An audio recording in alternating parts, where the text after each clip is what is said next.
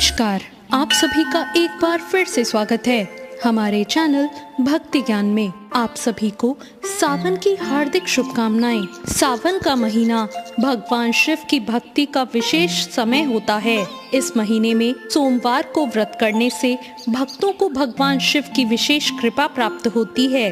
विशेष रूप से कुंवारी कन्याएं अच्छे वर की प्राप्ति के लिए इस व्रत को करती हैं, जबकि विवाहिता महिलाएं अपने परिवार की सुख समृद्धि के लिए इस व्रत को करती हैं। आइए आज सुनते हैं सावन सोमवार की व्रत कथा। पौराणिक कथाओं के अनुसार एक नगर था, उसमें एक बहुत ही धनवान साहूकार रहता था। उसके घर में धन धान्य की कोई कमी नहीं थी, लेकिन संतान नहीं होने के कारण वो बहुत दुखी रहता था। संतान प्राप्ति के लिए वो हर सोमवार पूरी श्रद्धा के साथ भगवान शिव जी की उपासना करता था और शाम के समय मंदिर जाकर भगवान शिव के सामने दीपक जलाता था।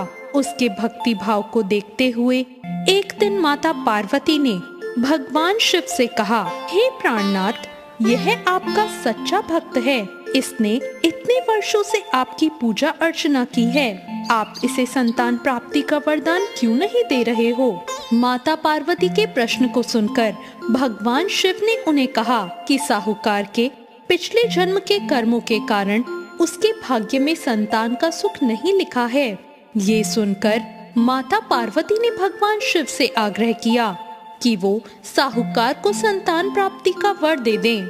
माता पार्वती के आग्रह के बाद भोलेनाथ ने इस बात को मान लिया और साहूकार को स्वप्न में दर्शन देकर संतान प्राप्ति का वरदान दे दिया।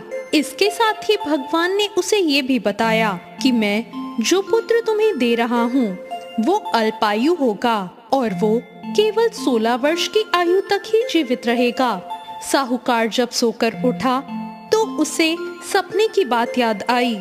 उसे इस बात से बहुत प्रसन्नता हुई कि उसे पुत्र होने वाला है, लेकिन संतान को कुछ समय बाद खो देने के विचार से वो चिंतित हो गया। उसने पूरा वृतांत अपनी पत्नी को सुनाया। पुत्र की अल्पायु के बारे में सुनकर उसकी पत्नी भी बहुत दुखी हो गई। ये बात जानकर भी साहूकार ने भगवान शिव की पूजा में कोई कमी नहीं की। कुछ समय के बाद साहूकार की पत्नी गर्भवती हो गई और उसने एक सुंदर बालक को जन्म दिया। उन्होंने उस बालक का नाम अमर रखा। अब जब अमर 11 वर्ष का हुआ तो साहूकार ने उसे उसके मामा के साथ शिक्षा ग्रहण करने के लिए काशी भेज दिया। काशी जाने से पहले साहूकार ने बालक के मामा को कुछ धन दिया और कहा, तुम जिस मार्ग से जा रहे हो वहाँ यज्ञ और ब्राह्मणों को भोजन अवश्य कराते जाना। इसके बाद दोनों मामा भांजे काशी की ओर चल दिए। यात्रा करते हुए बालक और उसके मामा एक राज्य में विश्राम के लिए रुक गए। वहाँ पर राजा की पुत्री का विवाह हो रहा था, लेकिन जिस राजकुमार से उसका विवाह हो रहा था वो एक आंख से काना था। ये बात किसी को पता नहीं थी। राजकुमार के पिता को इस बात की चिंता थी कि अगर राजकुमारी को ये पता चल गया कि राजकुमार एक आंख से काना है तो वो शादी से मना कर देगी।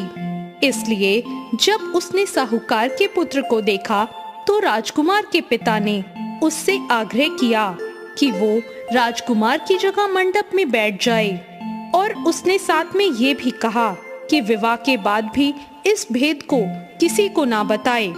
अमर ने उस राजा की बात मान ली और दूल्हे के स्थान पर जाकर मंडप में बैठ गया। इस प्रकार राजकुमारी और उस बालक का विवाह संपन्न हो गया। विवाह के बाद बालक अमर अपने मामा के साथ काशी के लिए प्रस्थान कर गया। काशी जाने से पहले उस बालक ने राजकुमारी को पत्र के माध्यम से ये सब सच बता दिया। साथ ही ये भी बताया कि जिस राजकुमार से उसकी विदाई हो रही है वो एक आंख से काना है। सब सच जानकर राजकुमारी ने राजकुमार के साथ जाने से मना कर दिया। वहीं दूसरी ओर वो मामा भांजे काशी पहुंच गए। वहां कुछ साल रहने के बाद जब वो बालक 16 वर्ष का हुआ तो मामा भांजे ने एक यज्ञ का आयोजन किया। यज्ञ के समापन के बाद उन्होंने ब्राह्मणों को भोजन भी कराया और दान दक्षिणा भी दी। इसके बाद बालक की तबीयत खराब होने लग गई। वो मूर्छित होकर जमीन पर गिर गया और उसकी मृत्यु हो गई। जब उस बालक के मामा ने बालक को इस अवस्था में पाया तो वो जोर जोर से विलाप करने लगे। उस समय भगवान शिव और माँ पार्वती उसी मार्ग से गुजर रहे थे। उन्होंने जब उस विलाप की आवाज सुनी तो माता पार्वती ने कहा, भगवान शिव, इस रोते हुए व्यक्ति के कष्टों को आप दूर करें। तब भगवान ने कहा, देवी, ये वही साहूकार का पुत्र है जिसको 16 वर्ष तक की आयु को जीवित रहने का मैंने वरदान दिया था।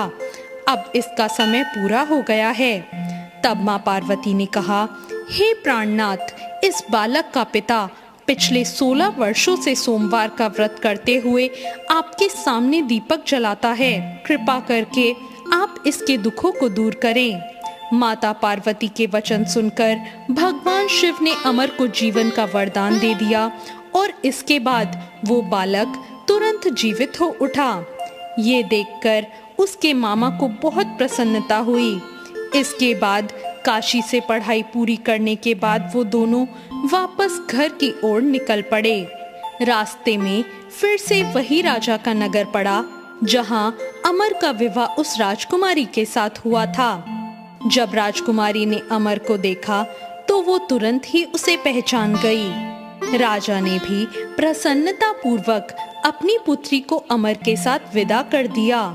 वहीं दूसरी ओर साहूकार और उसकी पत्नी ये सोचकर बहुत दुखी थे कि 16 वर्ष की आयु के बाद उनके पुत्र की मृत्यु हो जाएगी। लेकिन जब उन्होंने देखा कि उनका पुत्र अपनी वधू के साथ सुरक्षित घर लौट के आ रहा है तो उनके सारे कष्ट दूर हो गए और उन्होंने बहुत खुशी से उनका स्वागत किया। इस प्रकार भगवान शिव की निरंतर आराधना और सेवा करने से साहूकार को न केवल पुत्र की प्राप्ति हुई बल्कि उसके पुत्र को जीवन दान भी मिला। इस कथा को सुनने वाले सभी मनुष्य पुण्य को पाते हैं। तो ये थी सावन सोमवार की व्रत कथा। इस व्रत को करने के कुछ मुख्य नियम हैं। व्रती को ब्रह्मचर्य का पालन करना चाहिए। सुबह स्नान करके शिवलिंग का जल अभिषेक करना चाहिए। बेलपत्र, धतूरा, दूध, दही, घी, शहद और गंगा जल से शिवलिंग का अभिषेक करना चाहिए। ओम नमः शिवाय का जाप भी करते रहें। कथा के बाद भगवान शिव की आरती करें और प्रसाद वितरित करें। इस व्रत को करने से कुंवारी कन्याओं को मनचाहा जीवन साथी मिलता है। संतानहीन दंपतियों को संतान का सुख मिलता है। विवाहिता महिलाओं को पति की दीर्घ आयु और घर में सुख शांति प्रदान होती है। रोग, कष्ट और दरिद्रता भी घर से दूर होती हैं। तो ये थी आज की कथा। आपको ये कथा कैसी लगी कमेंट करके जरूर बताएं। साथ ही मेरे चैनल भक्ति ज्ञान को सब्सक्राइब करना ना भूलें। धन्यवाद।